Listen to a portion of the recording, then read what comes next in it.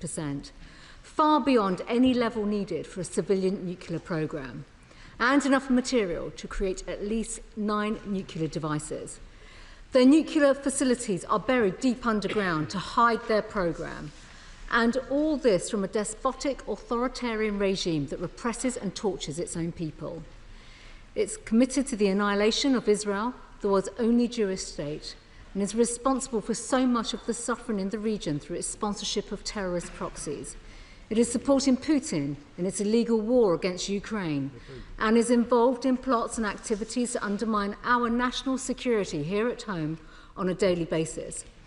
Mr. Speaker, it is for these reasons and many, many more that the Iranian regime must never be allowed to have nuclear weapons. That is why we stand with those working to stop them. As His Majesty's opposition, the House will know that we will always put the defence and security of our country first. And that's why we will work constructively with the government to secure the protection of British people and our national interests. We will support the government when they're doing the right thing, but also question, challenge and press ministers to go further when we think more needs to be done to safeguard our interests. It is in that spirit of constructive scrutiny, in the national interest, that I put these questions and points to the Foreign Secretary. Firstly, British nationals and dual nationals continue to be stranded in Israel and the Middle East due to airbase closures. Now, I've written to the Foreign Secretary about this matter and note the progress with today's flight, and I do want to thank the Foreign Office for the work they've been doing with many families who I've been in touch with as well, who have been able to get on that flight today. So can the Foreign Secretary tell us how many British nationals may need to be repatriated? What resources are being deployed to support those efforts? Is there enough capacity to match the numbers that is needed to leave? And why does it seem that the US and other European countries were ahead of us in their operational planning to bring back their citizens?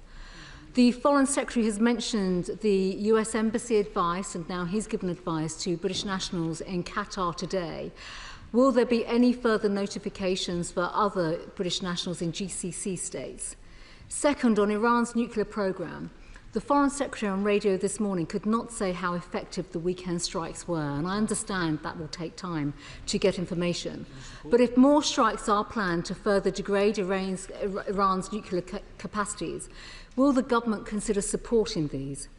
The government has not taken a clear position on the actions that the US and Israel have taken, but we have seen reports of the apparent legal advice from the Attorney General cautioning against UK involvement. And while I appreciate that the Foreign Secretary cannot comment on any legal advice, does the government have a position on the lawfulness of these strikes? And does he welcome the ends as well as the means to achieve this? Does he share my cynicism about Iran's attempt to cloak itself in the UN Charter? That's the same UN Charter it has undermined with its brutality for decades. And can the Foreign Secretary confirm if the US will be permitted to take action from Diego Garcia should future strikes on Iran be needed or actions to defend Israel? Or does the government think that there are legal barriers to the US in doing so?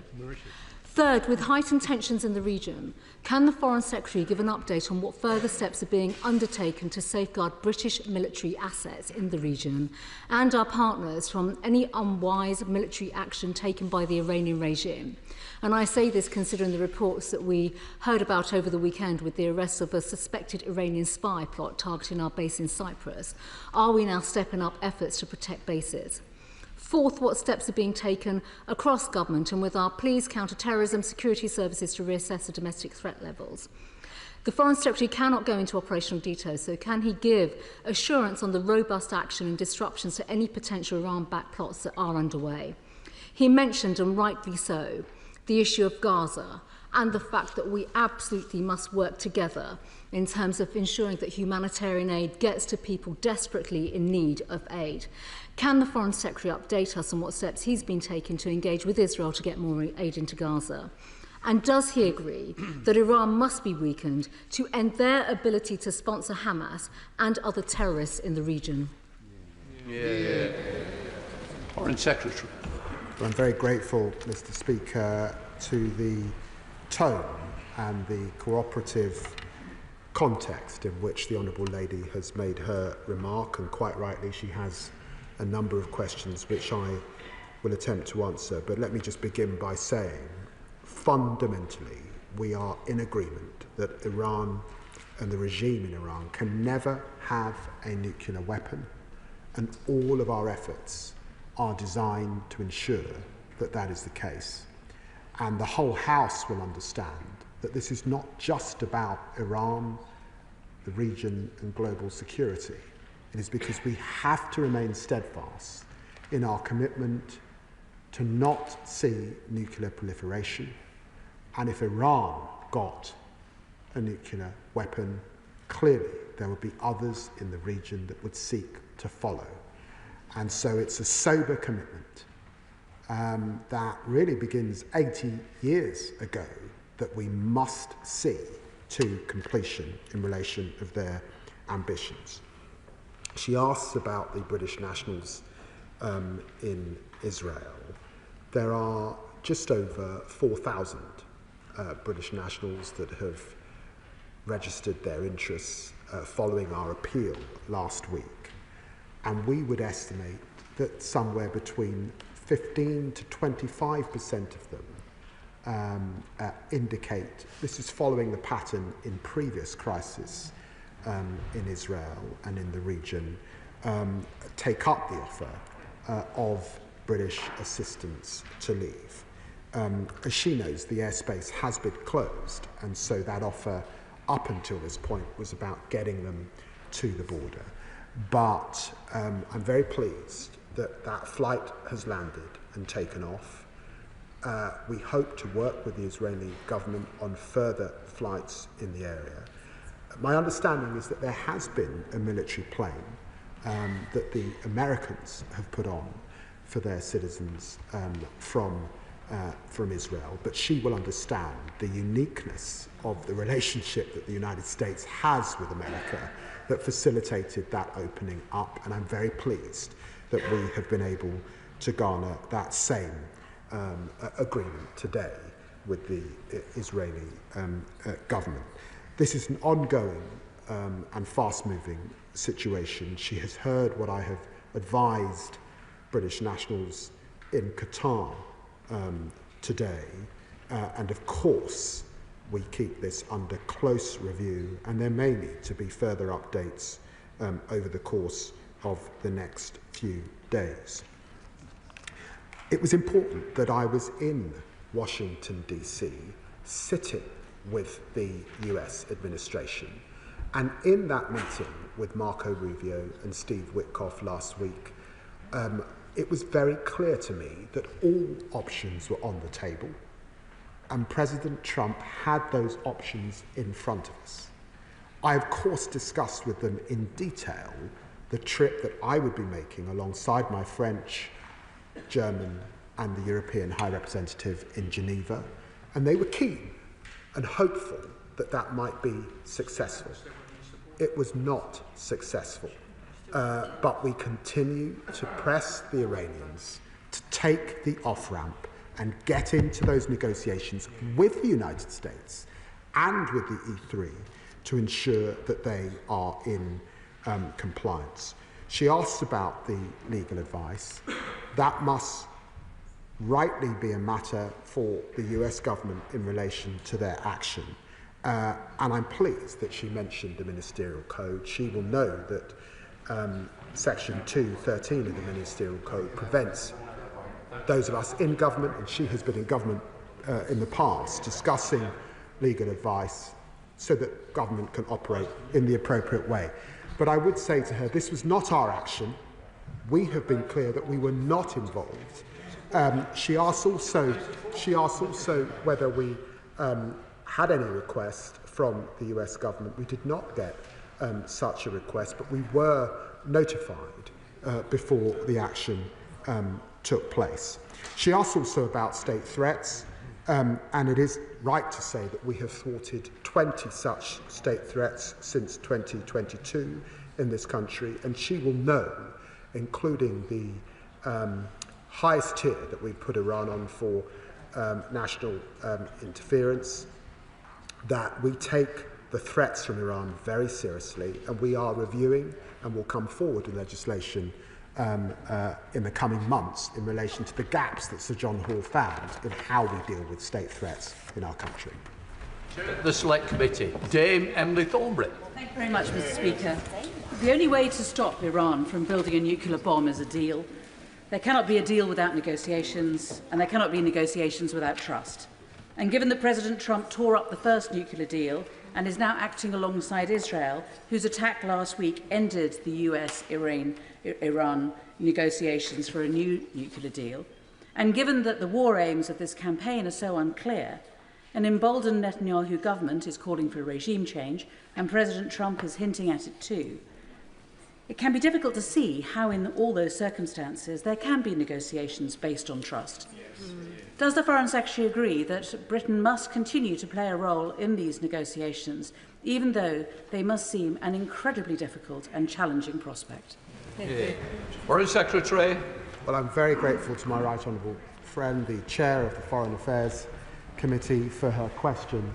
And it goes to the heart of where the UK should be at this time. And that is at the centre of the diplomatic effort.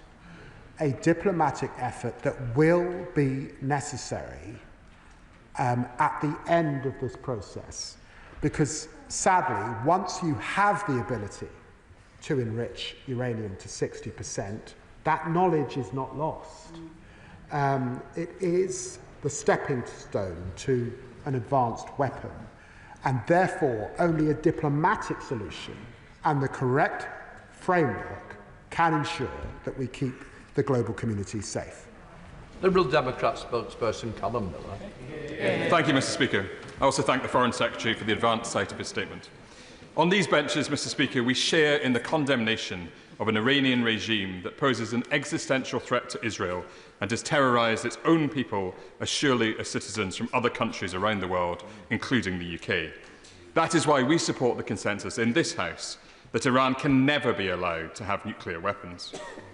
Yet it is not clear that military action by Israel and the US can provide the long-term lock on Iran's nuclear ambitions which we need. Following this weekend's strike, it is reported that Iran will work at pace to develop weapons with what remains of their enriched uranium supplies. This should give pause to those on the Conservative and Reform benches who have breathlessly echoed President Trump's line that these strikes have been an unrivalled success. For instead of bringing security, Trump and Netanyahu's unilateral actions have increased uncertainty and the risk of a full-scale regional war. Their belief that might is right both further erodes the rule-based international order and undermines the prospects of containing Iran and other rogue states in the long term. This is not in the UK's interest. That is why Liberal Democrats have called consistently for the application of robust diplomacy, supported by IAEA monitoring and grounded in international law, as the only sustainable way permanently to limit Iran's nuclear ambitions. Our immediate priority must now be to ensure the safety and support of British nationals in the region, learning the lessons of unacceptable delays on previous occasions. So I ask the Foreign Secretary, why has it taken over a week since the start of strikes to begin repatriating Britons from Israel? And what more is being done to support those in the wider region who want to leave? The government has also remained silent on the legality of this conflict, Mr. Speaker. Will the Foreign Secretary now commit to publishing the Attorney-General's advice on whether any UK involvement in this conflict would constitute a breach of international law? And will he confirm that this House will be given a vote before any decision for the UK to enter this conflict? Foreign Secretary. Well, Mr. Speaker, I agree with the honourable gentleman and the thrust of his remarks, which are around diplomacy and the need for diplomacy at this time. And he's absolutely right about the malign intent of the IRGC and the Iranian regime, whose desire is to wipe Israel off the map. And we must stand up to that pernicious ideology. Our attempts are to gain de-escalation, and I would remind him that just yesterday, Vice President Vance has said that delaying the development of a nuclear weapon was the goal. We're at war with Iran's nuclear program. We're not at war with the Iranian people. And it's important to keep that in his mind's eye. He asks about British nationals. He's heard what I said about the airspace being closed. I'm pleased that that first flight has taken off. And I would remind him also that successive UN resolutions, Resolution 2231 particularly, I would refer him to, in relation to this long-standing breach. He asks about the legal advice. He's heard my comments on the legal advice. We were not involved. This is not our legal context. And he asks about publishing the AGs. That might have been appropriate if we were involved, but I don't think it is. But we're not involved, and so there's no such advice to publish. Dan Cardle. Thank you, Mr. Speaker. May I welcome the Foreign Secretary's calls to move this to a negotiated solution and his focus on UK defence and security. He's right, Iran must never acquire a nuclear weapon. However, history also teaches us on the issue of regime change that interventions aimed at regime change in Iraq, in Libya, in Afghanistan have produced prolonged instability, not just in the region but far wider. So what concrete lessons does he believe can be learned from this recent history in shaping Iran policy today?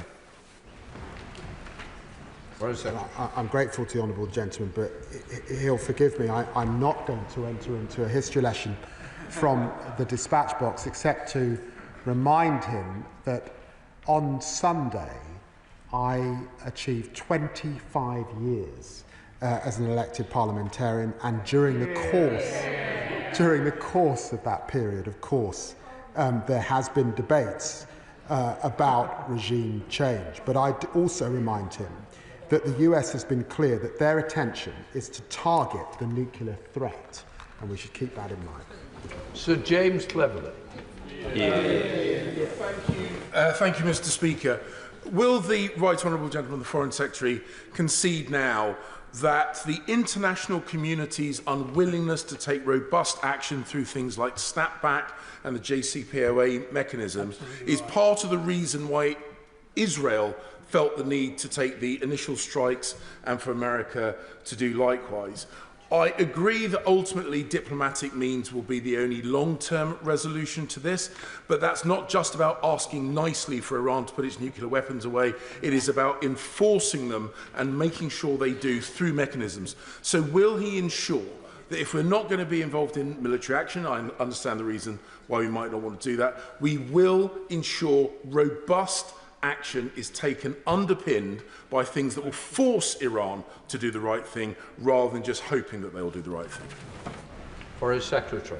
Well, I'm grateful to the Right Honourable Gentleman, and I know that he knows how difficult it is dealing with Iran. He will remember that under JCPOA, they were allowed to enrich to 3.67%.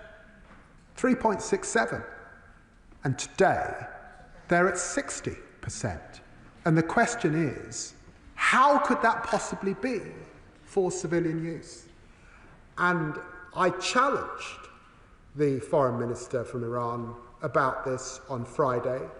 We've had 7 rounds of negotiations with the Iranians, and those rounds begun under his government, and he would have been Foreign Secretary for a period when those begun, and they have obfuscated, they have deceived, and the time now is to get real. Uma Kumran. Thank you, Mr. Speaker. Can the Foreign Secretary assure this House that the escalating conflict in Iran, where we all want to see urgent de-escalation, will not take focus from the UK's efforts to end the devastating war in Gaza, to help the Palestinian people, to free the hostages and lift restrictions on humanitarian and medical aid? Foreign Secretary. Well, I'm very grateful to my honourable friend. The loss of life over the last few days, hundreds of people who've lost their lives queuing for food, is appalling and should offend us all. And of course, when I spoke to Israel's foreign minister yesterday, I reminded him once again about my deep concerns about the new system that Israel has put in place to deliver aid, and our belief that that system will not work, and we need to return to a much better provision. Alfred Brown. Thank you, Mr. Speaker. The Foreign Secretary has said that Iran must not be allowed to have a nuclear weapon. So does he therefore support the recent targeted strikes by the United States and Israel on Iranian nuclear facilities, yes or no? And if not, can he explain how exactly that inaction would have curtailed Iran's nuclear ambitions? Foreign Secretary. I'm afraid I'm not able to give an assessment at this stage of the effectiveness of that action, and neither is the United States. And the Honourable Lady may think that that is a binary question. I don't believe it is a binary question. What the UK is engaged in is diplomacy, and working, of course, with our closest ally, the United States. Blair McNoon. Thank you, Mr. Speaker. Can I associate myself with this condemnation of the humanitarian crisis in Gaza, but ask that we need condemnation to be matched with accountability? Here in the UK, Jewish communities in particular are deeply concerned at the moment about what lies ahead.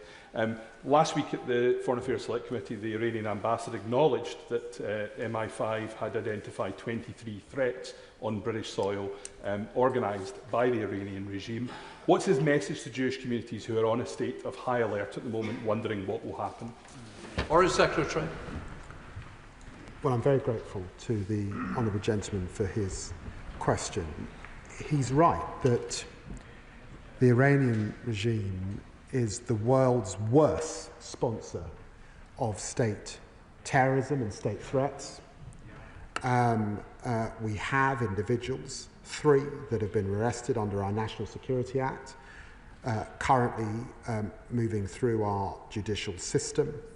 And I would want to reassure those in the Jewish community in our country that we take those threats very seriously.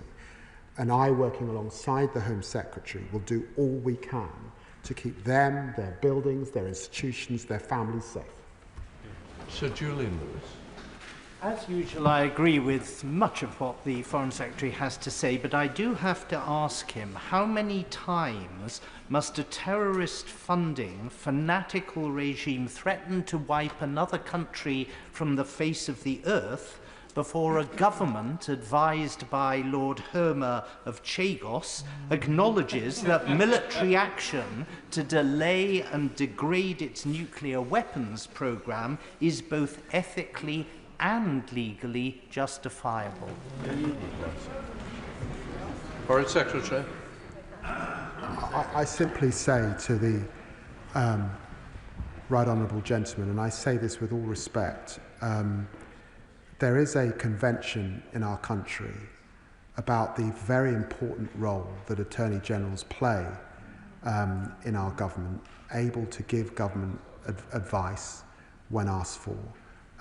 It happens under all governments, and I don't really recognise the caricature that I've heard or some of the reports.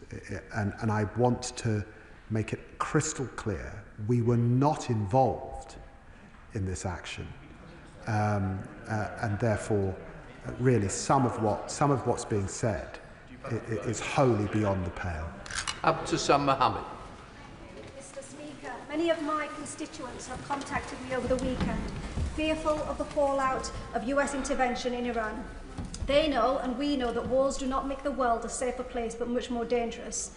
Their concerns are not unwarranted. In 2002, Netanyahu offered a guarantee that regime change in Iraq would bring enormous positive reverberations to the region. But we now know that there was no imminent threat, and there were no evidence of weapons.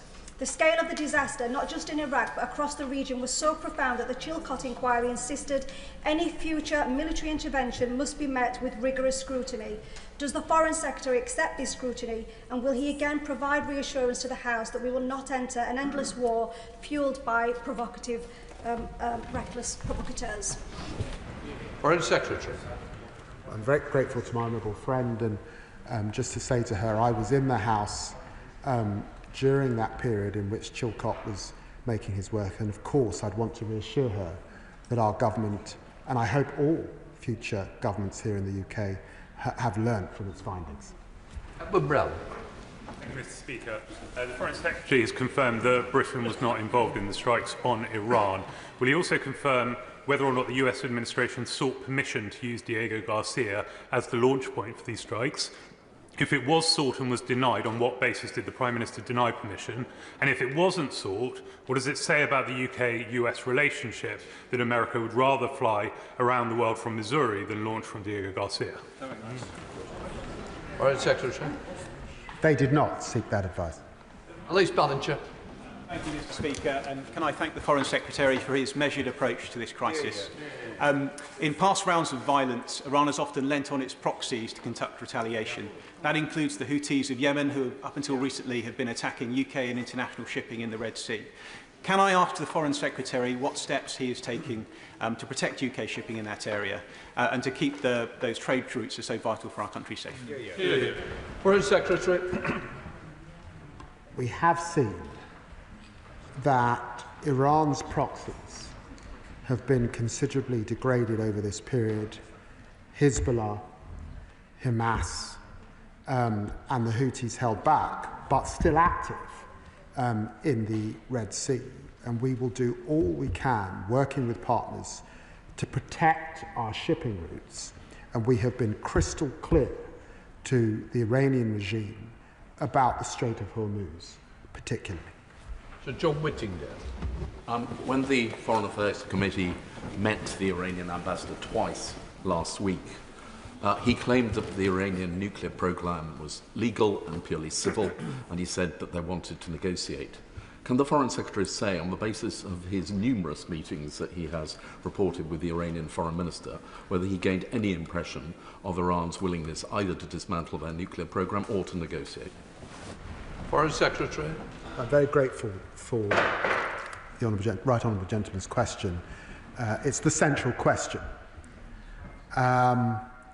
And what I have found is inflexibility and a failure to face the seriousness with which the international community are looking at this question, to accept that we've moved on from the JCPOA, which they pulled out of back in 2019, that the focus now is on zero enrichment. Maybe they can have a civil nuclear capability, but it would have to be heavily monitored and would have to have some sort of international regime, I suspect, to be in locus with it. They have to face that seriousness now at this point. Lawrence Session. Thank you, Mr. Speaker, and I thank the Foreign Secretary for his statement this afternoon. And the Foreign Secretary said that I know the whole House will have in their thoughts the many civilians impacted by this fighting. I have in my thoughts the many protesters who took to the streets after the brutal and tragic killing of Mahsa Amini in 2002, September 2002. We saw those protesters coming forward, standing up against the brutal regime, and we saw people be mutilated. And the last 20 years of intervention has shown that war and wider escalation will not help these people. It will not help the ordinary Iranians who are suffering under this regime. I've received many emails from my constituents, Mr. Speaker. My constituents said the priority should be to negotiate a peaceful resolution to the conflict and not supplying weapons to either side of the conflict. Further, to support the facilitation of aid to civilians impacted by this war. Can the Foreign Secretary assure me that the UK will not act immediately to follow in on any military action, and we will urge the US and Israel to de-escalate and to avoid targeting innocent civilians? Foreign Secretary. Well, I'm very grateful to my honourable friend for mentioning Mahsa Amini, a young woman imprisoned in Iran because of her appearance, killed in police custody. 20,000 people, many of them who protested, thrown in jail as a result. and 500 who effectively were murdered and lost their lives. That's the regime that we're talking about, and she's quite right to remind the House about that this afternoon.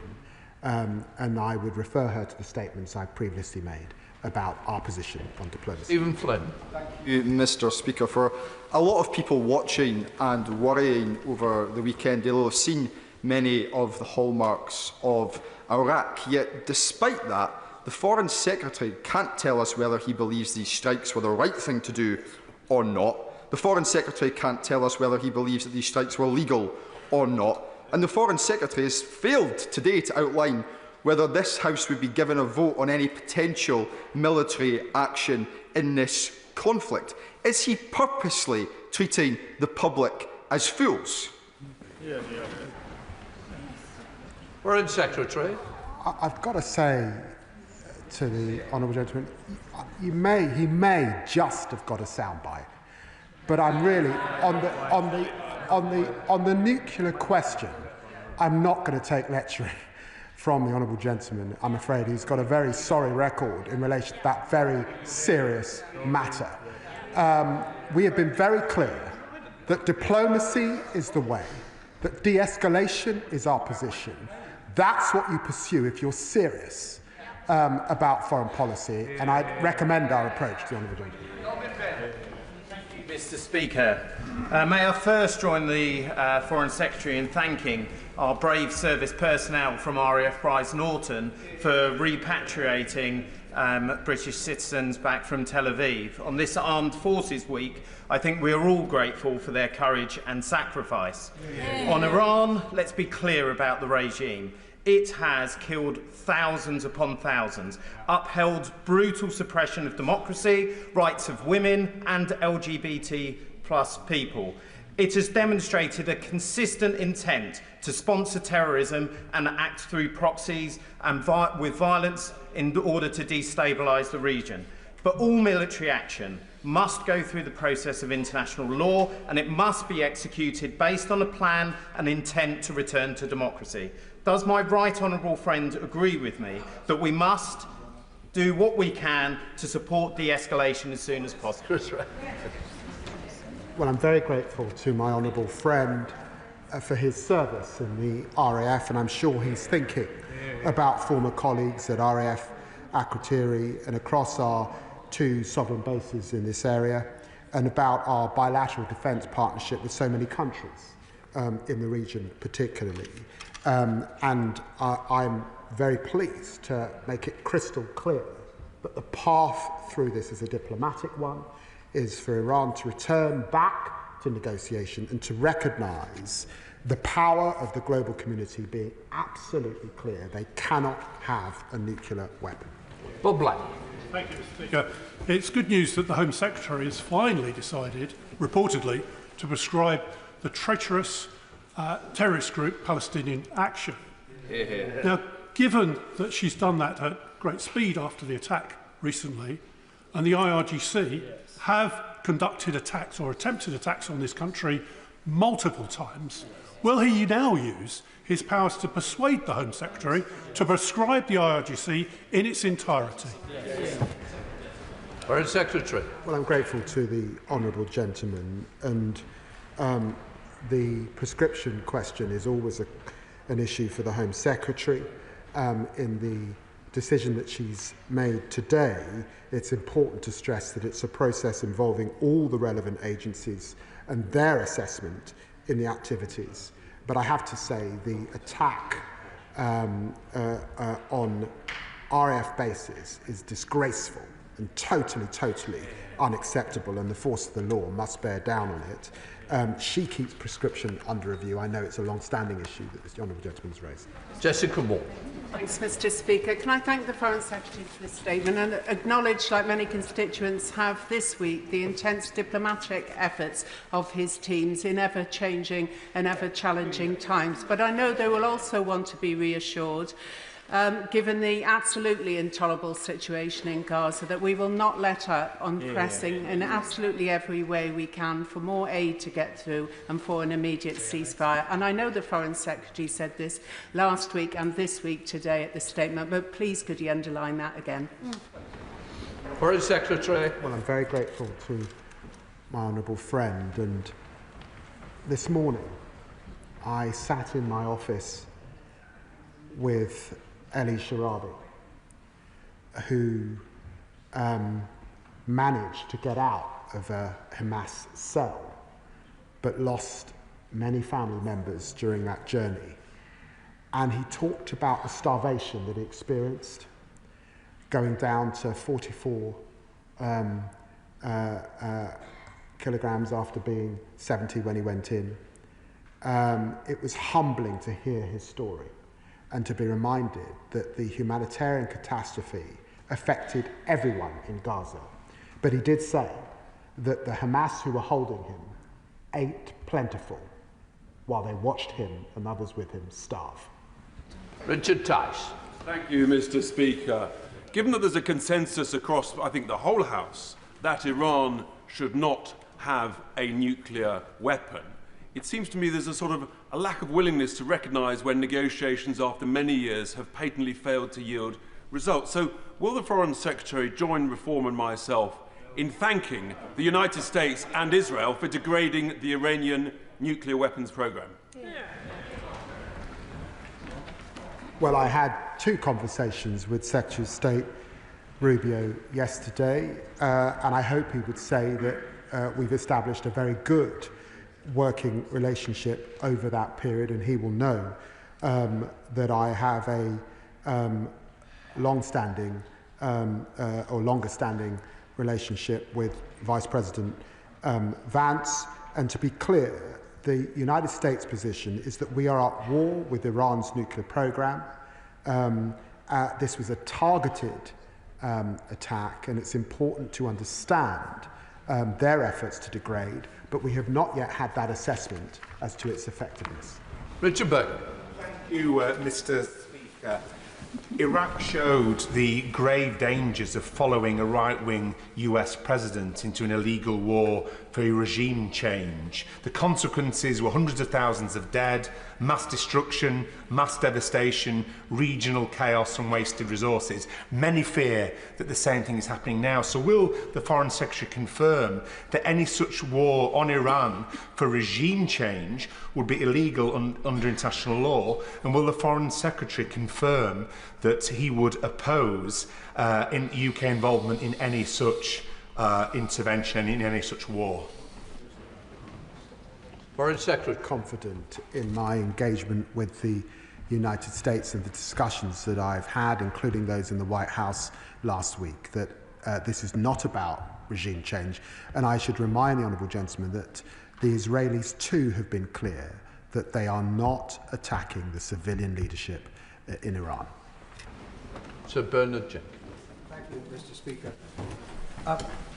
It does appear that the House agrees with the government's objective that Iran should never have nuclear weapons, but the government is prepared to will the ends, but not the means. And it begs the question about who is really running the government. Why did Lord Homer's opinion on the legality of military action or UK involvement become public last week? Was it leaked? Was it briefed? And doesn't it demonstrate that the government is paralysed and divided over this question instead of leading from the front? Foreign Secretary. No. Laura Kirk-Smith. Thank you, Mr. Speaker, and I commend the Foreign Secretary for urging calm and restraint at this troubling time. I know he's been engaging with European counterparts, notably France and Germany as the E3. But as the positions of the US and Israel and Iran harden, does the Foreign Secretary agree with me that this is a moment where our relationship with Europe as a collective force for diplomacy and peace is going to be crucial? Foreign Secretary. I'm very grateful to my honourable friend. It was important for the so-called E3, the United Kingdom, alongside Germany and France, working with the EU's High Representative to make clear our concerns about Iran's nuclear ambitions to the Iranian forum and urge him to come back to diplomacy And then all of us were on the phone to him again after the action. Of course, there's an important role for Europe, particularly as the custodians of the JCPOA, and because we have a decision to make about whether we will, in fact, snap back and impose a heavy set of sanctions on Iran if they fail to comply. Alan Maguire. Thank you, Mr. Speaker. Last week and today, the Foreign Secretary said that the government's first priority is the welfare of British nationals, and I welcome this. Yet, my constituent, who was caught in Iran with her baby, received unfortunately no support from the Foreign Office and had to plead with officials at the port to evacuate to Oman. This was not a secure route, and another ferry was bombed along the way. She and her baby are now thankfully safe, but still seeking their way back to the UK without their luggage or any provisions for their baby. Can the Foreign Secretary outline what steps are being taken to ensure British nationals, like my constituent, can be repatriated swiftly and safely if they so wish? Secretary. Well, I'm very sorry to hear about the position of her constituent and her baby. It must have been immensely stressful to make your way out of Iran in this way. She will know that we have been advising against travel to Iran since 2019. We are able to offer support on the border with Azerbaijan as best we can, but she will also know that the airspace is not open in Iran. But if she writes or is in touch with my honourable friend, the Middle East Minister, of course we'll look at it and what learnings there may be. Debbie Abrahams. First of all, I'd like to associate myself with the remarks about condolences to everyone that's lost loved ones. But, Mr. Speaker, we're increasingly seeing foreign leaders both flout international law, but also ignore our international rules-based system, won very hard after the Second World War. So, what is my right honourable friend doing to ensure that we can get this back on track? Foreign Secretary. Well, I'm grateful to my honourable friend for the question. It was very appropriate to meet with the Iranian Foreign Minister in Geneva. In so many ways, the home under the United Nations umbrella of the multilateral system and the rules-based order. And that is why we were with him as the E3 and as the EU to reinforce messages that we share with the United States and to try and broker, and we will keep trying, a diplomatic solution. Jim Ramsey. Thank you, Mr. Speaker. This morning, the Foreign Secretary was repeatedly asked if he considered the US's bombing of Iran to be legal. Now, while I'm sure everyone in this House recognises the brutality of the Iranian regime, his obfuscation in reply was clear, as is the refusal to say whether Britain would get involved in any capacity if the US falls deeper into a conflict with Iran. Can we have a clear answer from the Foreign Secretary now to that question? And can he clearly state that de-escalation must mean no UK involvement? Foreign Secretary. Can I just say to the honourable gentleman, we have UK nationals in the region. We have UK bases in the region and force protection that is its highest level. We have several thousand troops in the region. Of course their welfare is our priority. Of course we've moved assets in a precautionary way into the area. And of course we will work alongside our allies to protect them and to protect our people. I can give him that assurance wholeheartedly. Stella Creasy. Thank you, Mr. Speaker. I think we all share the concern of the Foreign Secretary to get back to how do we end the horrors that we are seeing in Gaza and a clarity about the dangerous risks that Iran presents. But that also means that we need to ask some difficult questions about how we get the negotiations going. Now, we've seen today that the Israeli forces have deliberately targeted the Evin prison in Tehran. It was the prison in which Nazanin Zaghari-Ratcliffe was held. So what conversations has he had with the Israeli government about whether they are now moving to target non-military installations, and what does he think that would mean for the ability of negotiations to restart? Foreign Secretary. I'm grateful to my honourable can I reassure her that I spoke to the Israeli Foreign Minister yesterday. I spoke to him briefly again this morning, and he reassured me that the targets, that the military targets, the nuclear facility, remains their objective and their focus at this time. Mr. Speaker, thank you.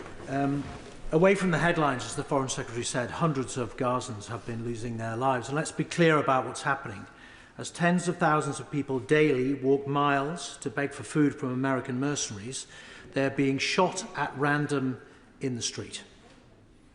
Now, I think we've moved beyond in this House as asking the Foreign Secretary to actually lift a finger beyond mouthing the words to do anything about this. But I have a wider question. Does he envisage that the UK will play any sort of part in there being some sort of consequence in the future for these outright murders? Foreign Secretary. Can I say to the right honourable gentleman, and I know the strength of feeling that he has on these issues and the consistency with which he has pressed these issues from the backbenches, can I reassure him that in the White House last week, we did not just discuss the situation in Israel, Gaza, in Israel and Iran. I also discussed the situation in Gaza, and our discussion was about the chances of a ceasefire. The prospects of that ceasefire are currently with Hamas, deep in their system and in their tunnels, but I remain hopeful that we will get a breakthrough in the coming days and weeks, and that the suffering that we are seeing is alleviated. I'm aiming for 5 o'clock so we can speed up question and answer. Very helpful, good example. Louise Jones. Thank you, Mr. Speaker. When there was US offensive action against Iran 5 years ago, we saw proxy action taken against UK and US personnel deployed in the Middle East, where we sadly lost Lance Corporal Brodie Gillen. I don't expect the Foreign Secretary to give me details, but can he assure me that everything's being done to make sure that there is adequate force protection for those who are still deployed on behalf of this country? Foreign Secretary. Very grateful to the Honourable Lady for asking that question and to give that reassurance, our highest levels of force protection to all our wonderful personnel, many of whom I've met, who are in the region. Can I thank the Foreign Secretary for his statement and also for emphasising the importance of restraint and de-escalation at this very perilous moment. But can I ask him what steps he's taking to try to align and coordinate his diplomatic efforts with those of our European and G7 allies in the hope of presenting this united diplomatic front? Secretary. Grateful for the question. I have spoken, of course, to our G7 allies over the course of the last few weeks. I've spoken to our partners in the region, the Levant, as well as the Gulf, particularly, and I will continue to do all I can. And obviously, NATO in the coming days will be another forum in which we can reach a common path towards diplomacy. As the Member of Parliament for the largest Jewish school in Europe, can I thank the Foreign Secretary for the assurances that he gave earlier on the community in this country being safeguarded.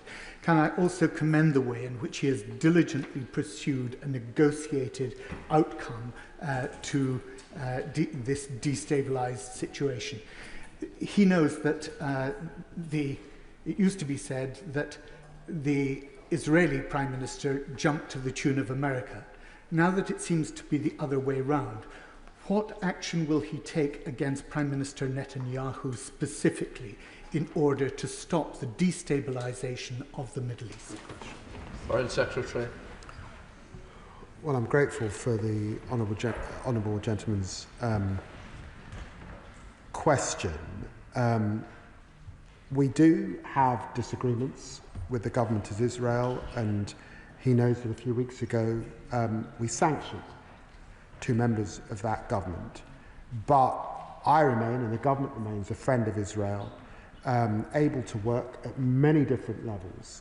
And we recognise the contribution that has been made at this time to the degrading of proxies working on behalf of Iran, recognising that those proxies contribute to Iran being the worst actor on state threats globally. David Reid. Thank you, Mr. Speaker. If Iran chooses to close the Strait of Hormuz, which the Iranian Parliament have now voted to do, what contingency options has the Foreign Secretary worked up to protect UK national interests? Well, can I assure him that these issues are, of course, under consideration in the government? All contingencies are in place, and we are in discussion with our allies about that, but it would be wrong for me to go into operational detail. Clive Lewis.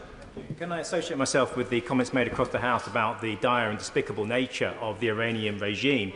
But that said, last week the Foreign Secretary told the House that attacks on Iran were not in our national interest. So does he believe the strikes led by Trump and Netanyahu, two hard-right authoritarians with no love for a rules-based order, have made Britain or the world any safer?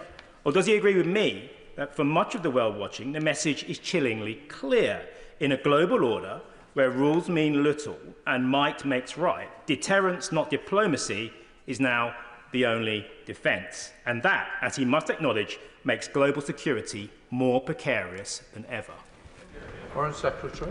Well, I'm grateful to my honourable friend, and I recall that my honourable friend also recognises the problems of that nuclear threat and nuclear proliferation. An assessment has not been made yet of the effectiveness of that military action, but he will have heard my remarks in relation to diplomacy. That is the way now, and it will be the way when we get beyond this current crisis. Brendan Hall. Thank you, Mr. Speaker. We've been here for an hour, and still the Foreign Secretary appears incapable of saying whether he supports or condemns America's actions, or whether he regards them as being legal or not. And nowhere in this statement does the role of international law even merit a mention. So will the Foreign Secretary take this opportunity now to tell us whether he believes that America's unilateral action was compliant with international law? Foreign Secretary. Well, I've got to tell the honourable gentleman, I qualified and was called to the bar in 1995. I haven't practised for the last 25 years. It is not for me to comment on the United States' legal validity. I would refer him to Article 51 and Article 2 of the UN Charter, and he can seek his own advice. Rachel Maskell. Thank you, Mr. Speaker. My right honourable friend is right to focus on de-escalation and diplomacy. However, we know that the JCPOA did not curtail Iran's enrichment of uranium. So what learning will he take as he rebuilds the architecture for diplomacy to ensure that Iran cannot rebuild its nuclear enriched uranium? Well, I'm very grateful to my honourable friend. With Iran enriching at 60% and the IEA saying that it has no credible civilian justification for this high enrichment level, she's quite right. And therefore the debate has moved on, and it's moved on to zero enrichment. Sir Gavin Williams. Thank you, Mr. Speaker. Can the Foreign Secretary make it clear to the House that if the United States needs to take further action to degrade and destroy Iran's nuclear capabilities, and if they request to use either Diego Garcia, Cyprus or any other British military facility, that we will make sure that that is available to them? Can I say to the right honourable gentleman that in my discussions with the United States and with Secretary of State Rubio, and I think he saw this from the thrust of the press conference that was held in the United States yesterday, that is not their intention. He will know that they are assessing now what has happened, and they are hoping that it has been a targeted response, a single response. That is the thrust of what we're being told by the United States at this time. John Crane. Mr. Speaker, and I thank the Foreign Secretary for his statement. I understand the priority to evacuate UK citizens from Israel, but advice to our constituents Qatar to shelter in place until further notice is hardly comforting. Can I press the Foreign Secretary to outline what more detail will do for UK citizens in the wider region and whether there is a specific threat against them? Foreign Secretary. The message that I gave earlier at the dispatch box is in the context of a fast-moving situation, and advice that was given by the US shortly before standing up. Of course, we keep our advice updated, and we are on high alert right across the region. Alton. Mr. Speaker, what is UK government policy on whether regime change should be pursued in Iran, yes or no? Foreign Secretary. I said that in talking to Secretary of State Rubio, in talking to Vice President Vance, in talking to Envoy Steve Witkoff, that is not the objective of the United States. And of course, it is not our belief that it's for us to change the regime of any country, that it must be for the people themselves. Ian Byrne. Thank you, Mr. Speaker. It's absolutely right to call for de-escalation at this extremely dangerous time. However, the Foreign Secretary will know that the United States attack on Iran has raised serious questions if it was a violation of international law. Israel's genocide in Gaza and its occupational settlements in the West Bank is of course also illegal under international law. So can the Foreign Secretary tell me if the government still professes to believe in the international rules-based order, or are we now admitting we are content to support countries who act outside it? Foreign Secretary. Well, I'd refer the honourable gentleman to what I said in the chamber this afternoon. Of course we believe in the rules-based order and international law. That was precisely why I was in Geneva on Friday for 7 hours, attempting to get Iran to comply and get back around the negotiating table. Jeremy Corbett. Thank you, Mr. Speaker. This morning on the radio, the Foreign Secretary told us of his adherence and support for the Nuclear Non-Proliferation Treaty and used that as an argument for the bombardment of Iran.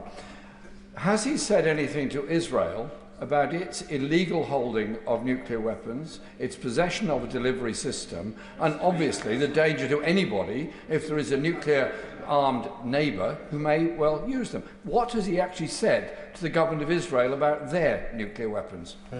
Foreign Secretary. I want to recognise that the Right Honourable Gentleman has been campaigning on these issues over many, many years and has taken strong positions on nuclear proliferation. I don't want to go back to the days of Mordecai Vanunu, but I would just remind him, Israel is not threatening its neighbours with nuclear weapons. It's Iran that we must stop at this time. Andy Slaughter. Thank you, Mr. Speaker. Does my right honourable friend believe that the attacks on Iran are beneficial to this country, or will they create more instability in the Middle East and beyond? And is there a cost to the UK as an upholder of the rules-based international order, which he says that we still support, if the actions of our allies, the United States and Israel, are judged to be contrary to international law? Foreign Secretary. I'm very grateful to my honourable friend, and I know he's learned in these matters, and he will have strong views. What I can say to him is that we are seeking de-escalation, we are pursuing diplomacy, and we are doing that according to the rules-based order and our belief in the international architecture that was set up on the backs of men and women who lost their lives and gave so much in the Second World War. Harriet Ball. Thank you, Mr. Speaker. The Foreign Secretary has referred a number of times to the diplomatic off-ramp. So can he confirm to the House that the diplomatic off-ramp, the request of the United Kingdom to Iran, is that the regime change its stance and finally recognises the right of our ally Israel to exist?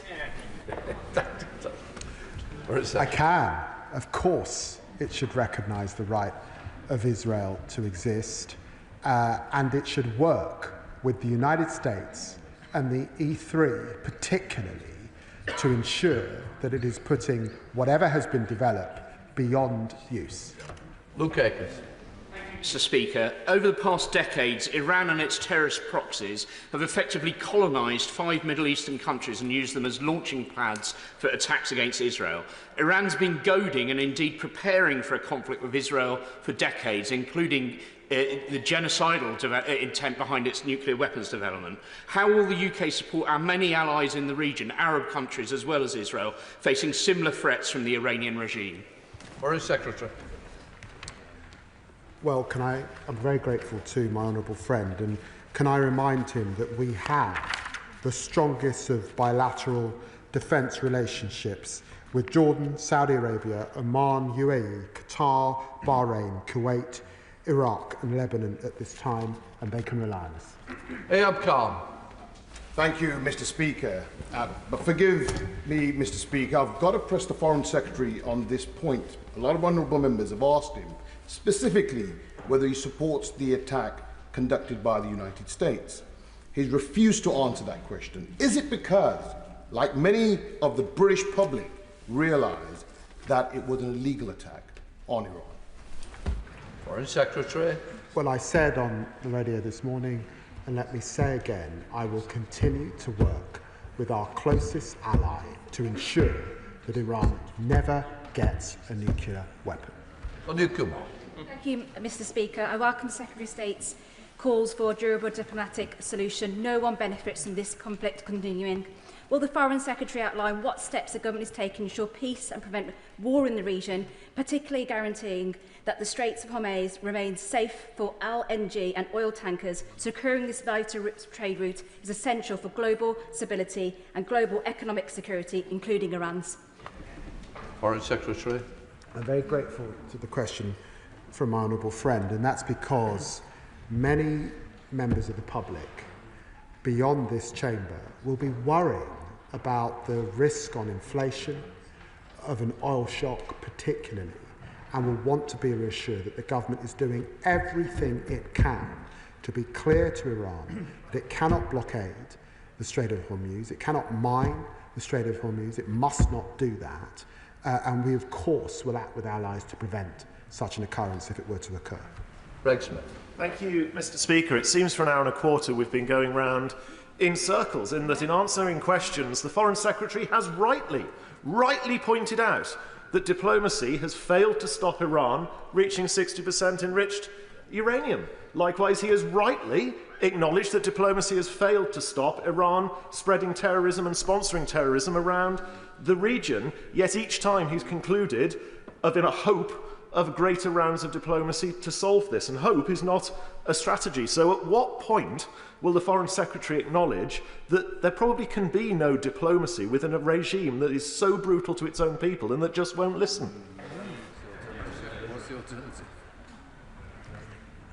The honourable gentleman is a bright man.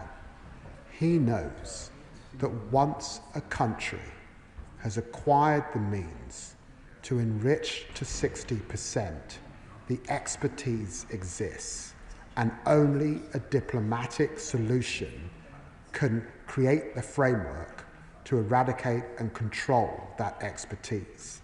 And that is why, in the end, this can only be dealt with diplomatically, and it's why President Trump is urging Iran to return to the negotiating table. David Taylor. Mr. Speaker, as well as the Iranian regime's threat to Israel, the Iranian regime has also supported Assad to kill 500,000 people in Syria, including Palestinians, and supplies Putin with the drones he is currently using to massacre people in Ukraine. We must also remember, of course, that it persecutes its own people, including human rights activists. And just as ministers have, I'm pleased to say, engaged with Syrian activists in the UK to hear their views on the future of their country, can I ask ministers and the Foreign Secretary assure me that they will engage with human rights activists and democracy activists here in Britain to help guide their approach going forward? Well, I'm very grateful to my honourable friend's question. His articulacy is spot on, and I can give him that undertaking between myself and the Minister for the Middle East. Thank you, Mr. Speaker. We talk weekly in this place about Russia's illegal bombing of Ukraine. Now, Russia may not be a close ally like the US, but presumably, if international law applies to that, then the US bombing of Iran would likewise be illegal under international law. If not, then could the Foreign Secretary explain why international law would apply differently to the US and where that leaves us if this conflict escalates in the region? I say gently to the Honourable Lady, one should always be wary of moral equivalence. Russia invaded a sovereign country, and for the last years has been firing rockets into that country, aided by Iran. And we will continue to stand up to Putin's abysmal aggression, and of course he should be held to account. Thank you, Mr. Speaker, and I thank the Foreign Secretary for his continued clarity that the UK has not been involved in this military action in the Middle East, and thank him and his team for all their diplomatic efforts on de-escalation. I agree with what he said about the horrific situation in Gaza, where in the last week more than 100 Palestinians have been killed while starving and waiting for aid. He said he's pressed the US and Israel on this in the last week. Can I ask if he's continuing to discuss this and press for action together with France and Canada?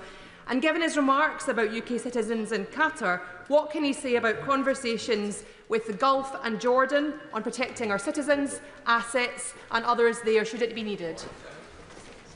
Well, I'm very grateful to my honourable friend.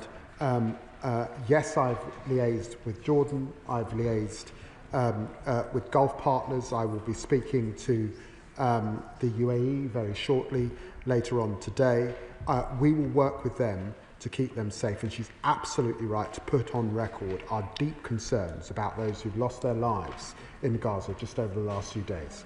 And Spencer. Thank you, Mr. Speaker. I thank the Foreign Secretary and his department for the work they're doing to protect British citizens here and abroad. What does he think needs to happen for Iran to abandon its ambitions to build and deploy a nuclear weapon? Iran has got to recognise that it's lost its air defences. That it's my belief that its friends in Russia and China will be not rushing to its aid, that its proxies are degraded, and the international community is firm. They cannot have a nuclear weapon. They have now got to come back to the negotiation table. We've got to put in a framework that deals with the stockpiles, that deals with the centrifuges, and deals with enrichment of 60%, and deals with the problem of ballistic missiles. Jacob Collins. Thank you, Mr. Speaker. I thank the Foreign Secretary for his statement and for his level-headed approach in calling for de-escalation. He's spoken about the further threat of escalation with the closure of the Strait of Hormuz, which, of course, he knows a large proportion of the world's oil supply flows. Can he say more about how he will protect UK households and businesses from these potential rising oil prices? It's important that we de-escalate at this time. It's important that diplomacy prevail. And of course it's important that we work with our allies for every contingency. So I'm not in the business of talking up fears about a shock in oil prices, but working to reassure the British people that we are doing all we can to see that that eventuality does not come to pass. Robin Swan. Thank you very much, Mr. Speaker. Iran must never have a nuclear weapon, is something this House has agreed on. But the former Russian Premier, Dmitry Medvedev, has said there will be now a number of countries considering supplying nuclear warheads to Iran. Can I ask the Foreign Secretary of his assessment of that statement, and what is the government doing to prevent it? It would be wrong for me to go into detail about that, but to say that, of course, it's come to my attention, and also to put on record my grave concerns by the reports that Iran's parliament are preparing to withdraw from the Nuclear Non-Proliferation Treaty. That would isolate Iran further. Thank you, Mr. Speaker. Further escalation in the Middle East could have devastating consequences not only for the region but for global stability.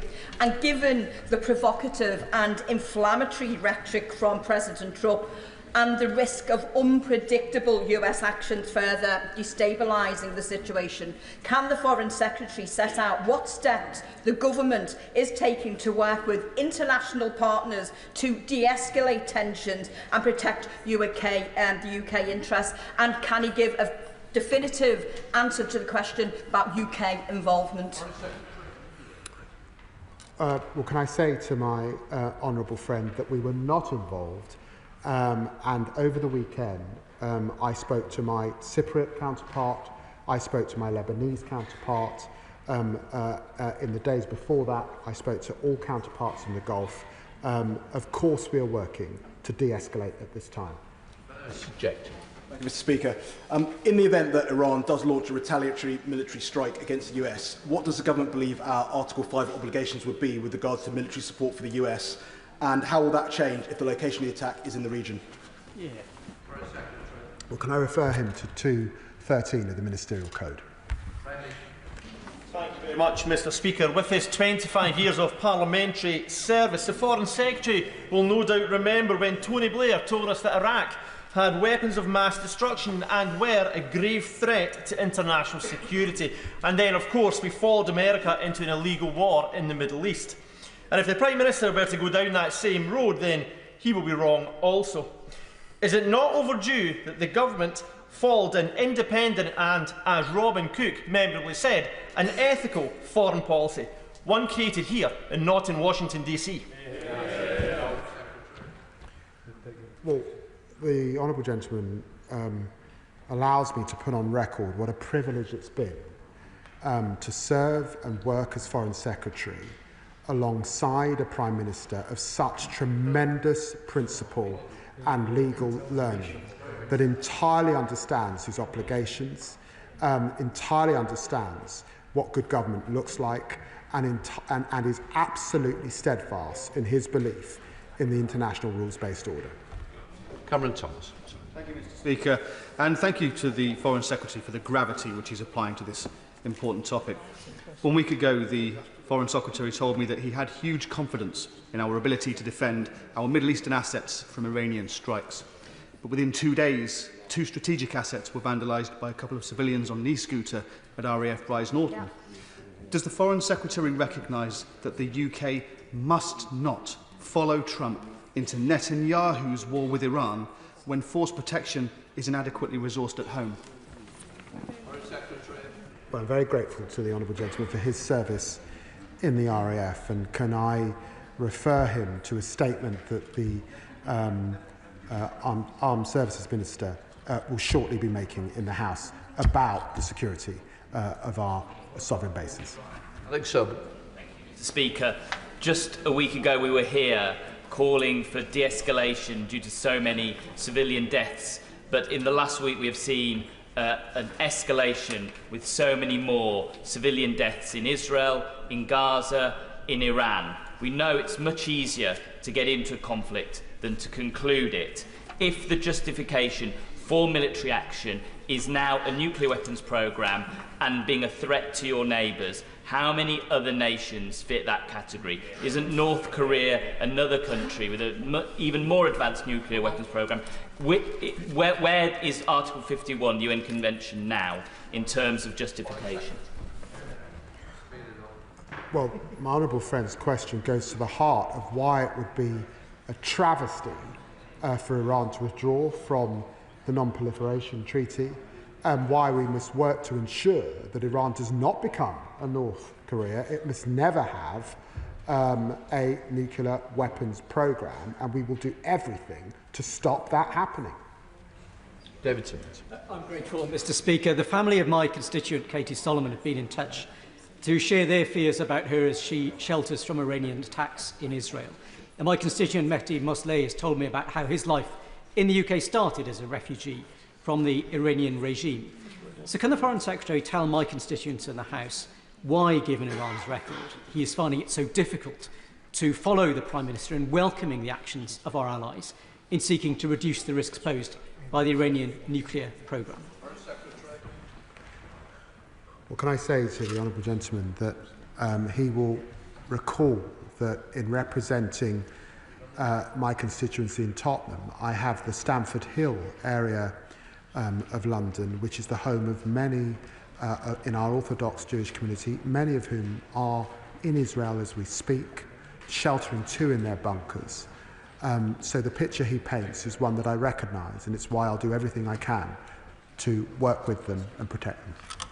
Thank you, Mr. Speaker, and I'd like to thank my right honourable friend for his statement.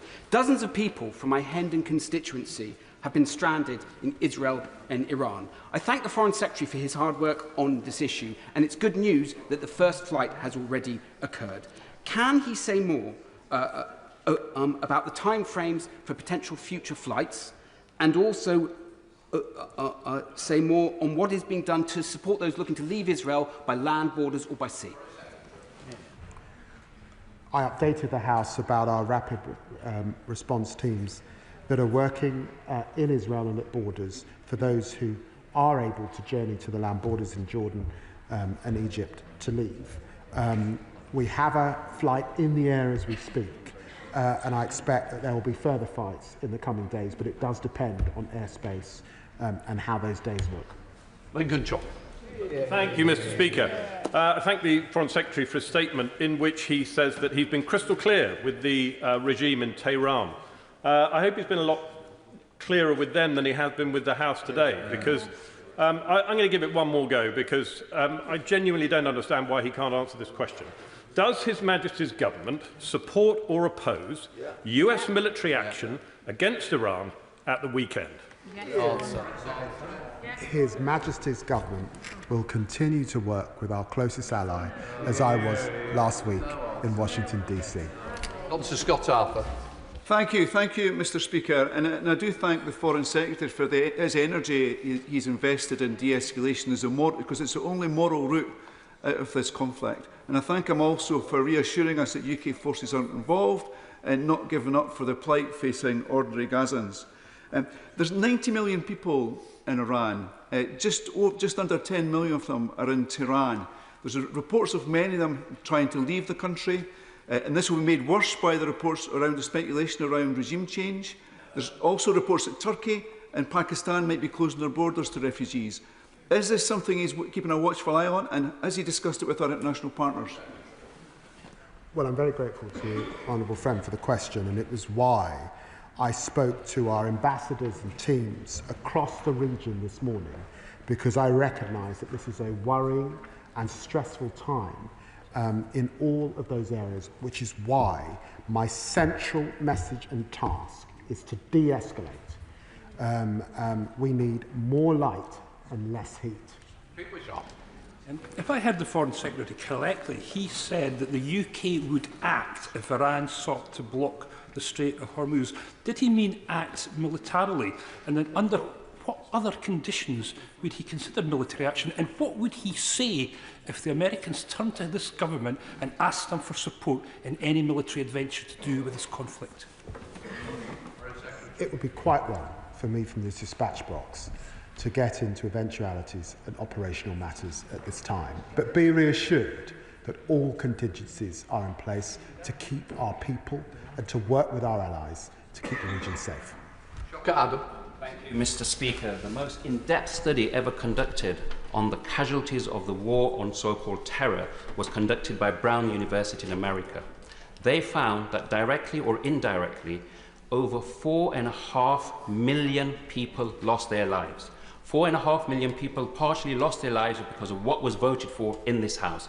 So can the Minister agree with me that the only resolution to this conflict is through diplomacy? And can he assure the House he will not follow the previous Labour government and the previous Labour Prime Minister Tony Blair's mantra when it comes to America bombing Middle Eastern country is with you whatever, and lead this country and the world into the abyss? Well, I can restate, as I have throughout this afternoon, that diplomacy is in the way, and I can remind him that our government and successive governments have learned from the Chilcot inquiry. Speaker, why should the House of Commons and the country that we represent not be entitled to know whether their government supports or regrets the American action? And doesn't equivocation in that issue bring succour to those we say must be robbed, quite properly, of their nuclear potential? I think the people of Britain are entitled to know that we were not involved in this action, that we work for diplomacy and de-escalation. That is why I was sitting in the White House last week. It's why I was in Geneva on Friday, and it was why I was at a COBRA meeting and making a round of calls to allies and partners to de-escalate at this time yesterday. Sarah Poach. Thank you, Mr. Speaker. Does the Foreign Secretary, is he able to explain to the House whether the United States felt unable to use the Diego Garcia base and have to refuel in a highly dangerous operation 3 times because of that, because of your deal that you did with the Mauritians that would then tell the Chinese, that would then tell the Iranians? The Honourable Lady has got to get off social media and has got to get some help. Has got to get some help because she's swallowing conspiracy theories that should not be repeated in this House. Ellie Johns. Answer the question. Thank you, Mr. Speaker. The Iranian regime has long been a threat to peace, democracy and human rights, but the unilateral, illegal and dangerously provocative Israeli and now American attacks have made a tense situation extremely perilous and are completely outside international law.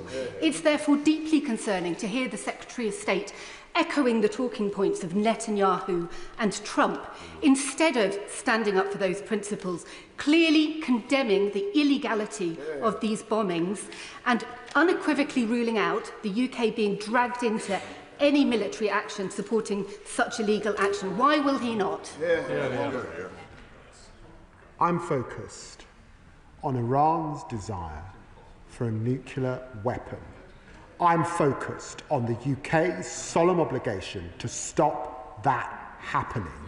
And I am focused on the diplomacy that is required to bring that about. Jim Shannon. Thank you, Mr. Speaker, and I thank the Foreign Secretary for his statement today. I've often spoken in this chamber about the Iranian regime and the horrific human rights abuses that take place under IRGC control. I have nothing but admiration for the steps taken to destroy Iranian nuclear armament by our US and Israel allies. These are steps that we must support.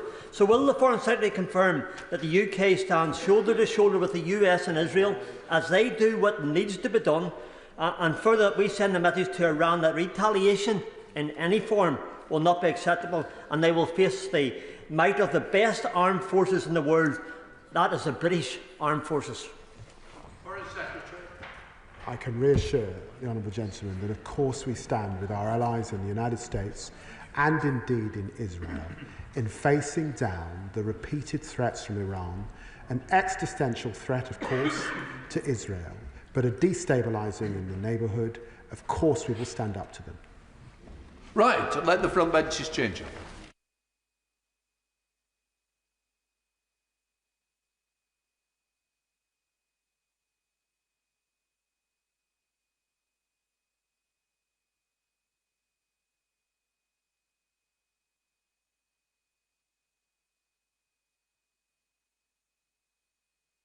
We now come to the statement for the business trade. Secretary of State. With your permission, Mr. Speaker, I wish to make a statement on how this Labour government is backing British business and British workers with the launch of the UK's modern industrial strategy. At the outset, I would like to thank Dame Claire Barclay and all the members of the Industrial Strategy Advisory Council